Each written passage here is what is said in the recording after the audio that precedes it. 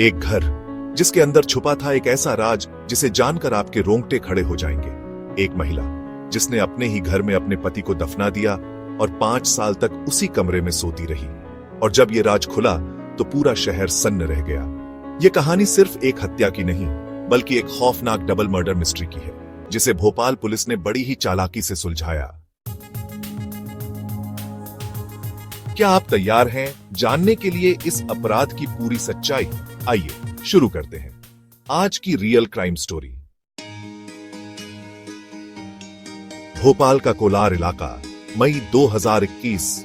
Lockdown में मिली छूट के बाद लोगों की आवाजाही धीरे धीरे बढ़ रही थी, लेकिन इसी बीच अमरनाथ कॉलोनी के पास एक खौफनाक नजारा देखने को मिला।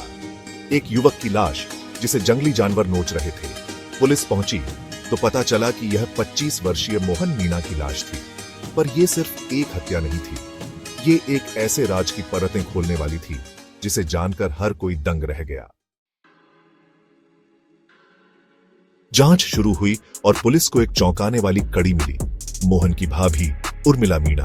पहली ही नजर में मामला अवैध संबंधों की तरफ इशारा कर रहा था, लेकिन यह केस उतना सीधा नहीं था जितना दिख रहा था। उर्मिला का पति रंजीत मीणा 5 साल से लापता था। परिवार वालों को लगा कि वह घर छोड़कर चला गया, लेकिन हकीकत इससे भी ज्यादा डरावनी थी। क्या रंजीत खुद कहीं चला गया था, या फिर उसकी गुमशुदगी के पीछे भी कोई गहरी साजिश थी? मोहन की लाश मिलने के बाद पुलिस ने उर्मिला को हिरासत में लिया।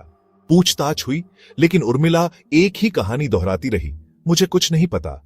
पुलिस को उसके घर में खून के निशान मिले, और जब उर्मिला के बच्चों ने भी वही बयान दिया तो शक और गहरा हो गया। यहीं पर एंट्री हुई कोलार थाना इंचार्ज टीआई चंद्रकांत पटेल की। उन्होंने एक मनोवैज्ञानिक चाल चली। पुलिस अधिकारी ने महिला की साइकोलॉजी को समझते हुए एक ब्लफ प्लान तैयार किया। इस दौरान पूछताछ के लिए महिला और उसके बच्चों को सामने बैठाया। टीआई इस बीच कॉल आया और वह बात करने लगे। बातचीत के दौरान कहा कि अच्छा खुदाई में कंकाल मिला है। यह सुनकर उर्मिला असहज हो गई थी, साथ ही घबराने लगी। इस दौरान बात करते हुए टीआई बाहर निकल गए। रूम में लौटकर आने के बाद टीआई ने महिला से कहा कि तुम झूठ बोल रही हो, खुदाई के दौरान तुम्हारे पति का कंकाल मिला है। इसके बाद वह टूट गई और सब कुछ सच बताने लगी। साथ ही कहने लगी कि मेरे बच्चों को बचा लेना। उर्मिला ने बताया कि पति विकलांग था, वह उसे पसंद नहीं करती थी। देवर मोहन के साथ उसके अवैध संबंध बन गए थे। एक दिन पति ने दोनों को गलत हालत में देख लिया था। देवर के साथ मिलकर पति को रास्ते से हटाने का प्लान बनाया। 5 साल पहले देवर और उसने पति की तार से गला घोंटकर हत्या कर दी थी। शव को साड़ी में बांधकर घर में निर्माणाधीन सेप्टिक टैंक में दफना दिया था। उसके ऊपर कमरा बनाकर रहने लगी थी। 5 साल तक वो उसी कमरे में सोती रही जिसके नीचे उसके पति की लाश थी। दोस्तों, अब सवाल यह था कि मोहन की हत्या क्यों हुई?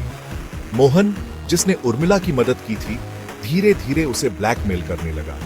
वह पैसों और संबंधों के लिए उर्मिला पर दबाव डालने लगा। आखिरकार तंग आकर उर्मिला ने अपने बेटे के साथ मिलकर मोहन की हत्या कर दी। लाश को कलियासोत नदी के पास फेंक दिया, लेकिन किस्मत ने इस बार उसका साथ नहीं दिया। पुलिस ने उर्मिला के घर की खुदाई करवाई और सेप्टिक टैंक से एक कंकाल बरामद हुआ। डीएनए टेस्ट हुआ और पुष्टि हो गई, यह कंकाल उसके पति रंजीत का ही था। 2023 में भोपाल की अदालत ने सभी सबूतों के आधार पर उर्मिला को उम्र कैद की सजा सुना दी।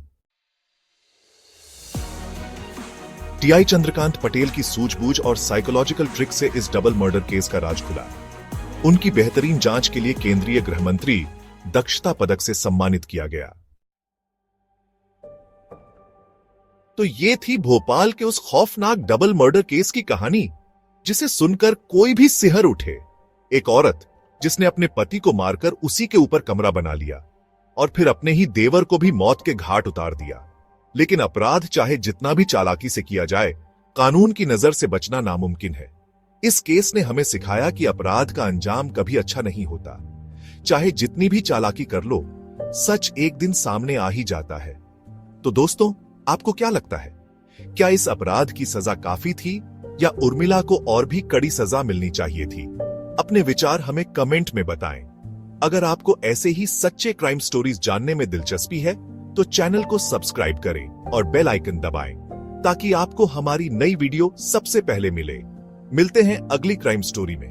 तब तक सतर्क रहें और सुरक्षित रहें, क्योंकि अपराध छुपते नहीं, बस देर सवेर बेनकाब हो ही जाते हैं।